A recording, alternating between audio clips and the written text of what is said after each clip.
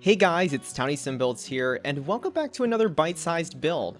So as you can tell from the title of today's video, we are building a mini rustic McMansion, and I know that sounds pretty weird. It sounds very contradictory given that the name mansion is in the title, but yes, here we are. I was trying to mix it up with the speed builds a little bit, and I really wanted to see if I can push the limits of how luxurious, how grand I could actually make a small house. I think that is the standard in The Sims 4 if we are doing the 100 tile limit, if I'm not mistaken. So this is the build so far. If you guys are familiar with McMansions, especially in the Sims building community, they are pretty infamous. They actually are a real thing in real life. I think they were popular from the 80s to roughly the early to mid 2000s. And typically McMansions aren't really too, yeah.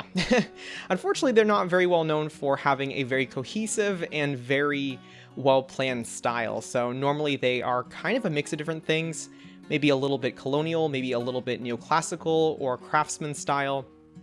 But yeah, for this build, I was really trying to make it my mission to make a full-on mini McMansion and actually make it look semi-decent. So I tried putting my own twist on this. I wanted this to be a little bit more on the rustic side, having a little bit of a country influence to the build, I would say. And yeah, you pretty much saw just now how the whole shell came out. So some things about McMansions are kind of fun. They do have certain attributes that they do share. Usually they do have pretty large columns kind of guiding up the front entrance area. I did make a garage. Again, it's not functional, unfortunately, given that we don't have cars and actual garage doors that can open, but it is there. We also have a tower or turret on the right side, so you will get to see that. That is part of the dining area and also the upstairs bedroom, yes. But yeah, I also put in a fancy convertible for good measure because typically McMansions are very wealthy. I guess they're on the wealthier side, slightly bougie, if you will. So this family that would live in here probably is, I would say, upper middle class. I guess that's probably the best place I would put them, I guess, in my mind, if I was thinking about the family that would live here. This family in my head was primarily a couple, but then had 2 children. I would say the kids are probably in their preteens or teens, based on the design you'll see. But right now I am scoping out the kitchen area. So you will see a lot of the build does have a lot of parenthood. I do use a lot of cottage living. And I did sneak in a little bit of the vampires pack. So I did use the vampires pack mainly for the brick exterior and also a lot of the ivy leaves crawling up. And I do believe I used the flooring from the vampires pack as well. So for the inside, just like McMansions are very eclectic in their styles, I was trying to take a lot of different influences.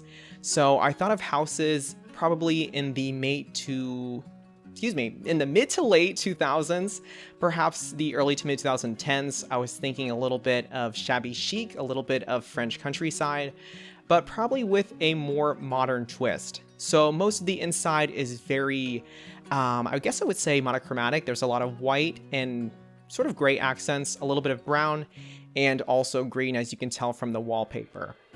But yeah, this space is pretty cozy. I did try to make it as spacious as I could while accommodating a family of 4.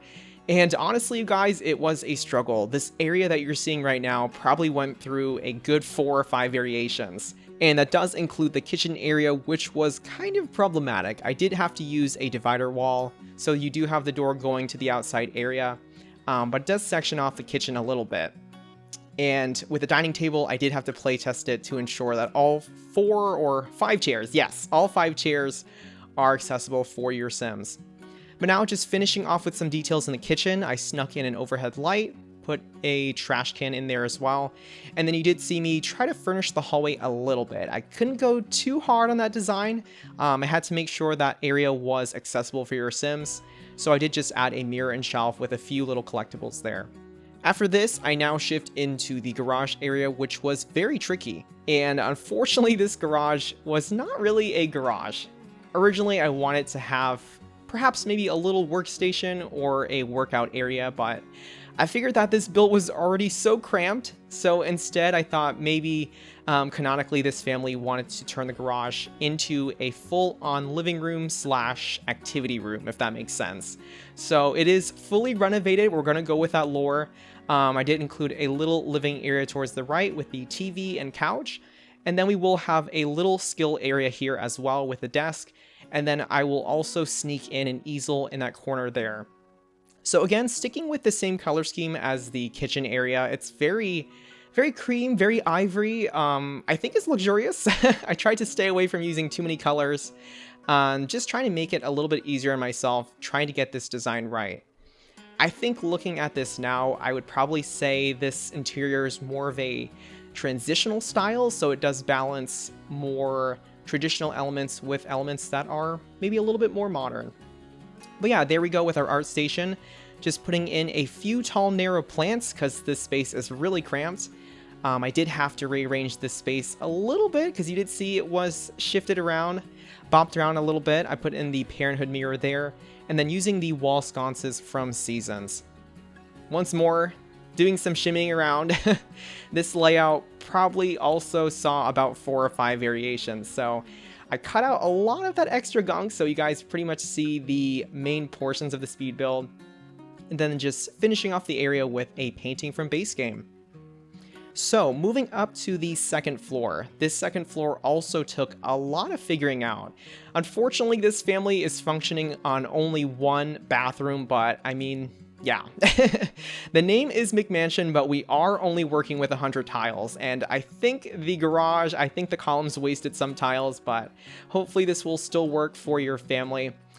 Just adding some more cottage living windows in there, and then I think I will circle back to the bathroom a little later. The favorite part to me of this build is probably this bedroom that I'm working on now, and this bedroom is for the preteen or teen sims that I imagine living in this room.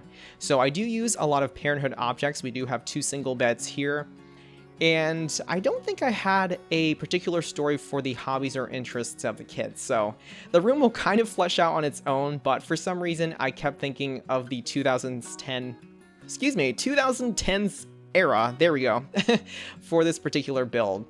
So I do use a Seasons couch to fill in that area where the tower is. It just felt more natural, even if it's not completely accessible. And I did want to make sure that the brother and brother, sister and sister, brother and sister that live here at least have one small computer desk that they can use.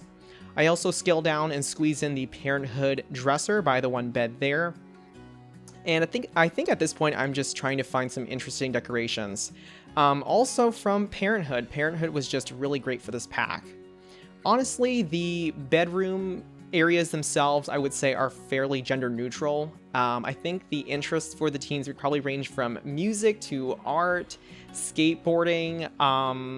Yeah, I really don't know. I guess you guys can make what you like of it. I think it can fit a variety of different sims. But yeah, just finishing up with some small details. I snuck in the base game mood light and then also a notebook.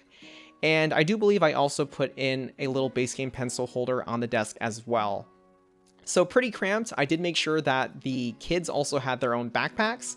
Then putting in this parenthood mirror here. And then I also put in a full-length mirror right next to the door. So trying to make the best use of space as I can. And then finishing off with those holiday lights that you guys saw a little earlier. Or fairy lights. I think they're called fairy lights. Anyways, we're moving on into the bathroom now, and like I said, this is the one sole bathroom that the whole family shares, so yeah, it might be a little bit of work, it might be a little bit of a difficult time managing everyone in the household, but hopefully the objects do hold up to support a family of 4. But again, I use a lot of Parenthood. I did use the Parenthood countertop and also the medicine cabinet, and then I did ensure that everyone in this household had their own towel. So trying to recolor them and make them distinct. I do put in a Parenthood nightlight, and I do believe the shower is from the Seasons pack, but I did put that in off camera. So there was a lot of figuring out in this space, but that is how it turned out. And now we're just going in and fixing the hallway a little bit. The hallway was interesting. I really didn't have any good art pieces to put here, but I just put some 2 simple paintings, again very homogeneous with the rest of the house, and some very tall skinny plants because if they were any larger, Sims would not be able to move around. Finishing off the inside is the master bedroom, so I imagine this would be for the parents. We do use the Seasons bed that I tuck into the wall just a little bit, so it kind of looks like there is no headboard and the pillows are just kind of resting on the wall. The nightstands, you guys, they're really small. I took these from the Seasons pack, accompanied by the Seasons lamps. And if you guys know about the whole item slot situation on objects, it's very difficult to place objects when certain objects are sized down. So it took a little bit of floating objects around, but I eventually did get it just about right, I would think. And you guys know me, I need my TVs in my bedroom, so I do a typical dresser and flat screen TV combo there, and then sneaking in another Seasons floor lamp there as well. And then you do see that I use a lot of these Parenthood curtains. I think they just work perfectly. It was a great swatch, and for a lot of the windows, it doesn't cover them entirely, which I think is absolutely perfect. So we do want to make sure that there is enough light. This is a Vampires pack build in the sense that it uses the Vampires pack, but we are not vampires here. We're just a typical, hopefully typical family living in the suburbs in our rustic, semi-bougie McMansion, if you will. And yeah, I almost forgot to mention, I did want to give a quick shout out to 2 fellow simmers who actually inspired this build. So you guys may have seen there was some sunflowers in the front, and that was actually inspired by fellow simmer 𝗪𝗔𝗧𝗖𝗛𝗏. She is very talented at doing tiny builds, especially with just using base game. It is absolutely incredible. Also, shout out to Sims with Sarah, another great YouTuber who is very well versed with making suburban homes and even some more experimental builds. So those were both simmers that very much inspired this house. You guys know I don't normally do more typical suburban family style homes, but I thought this McMansion twist was definitely something interesting and something I wanted to try out.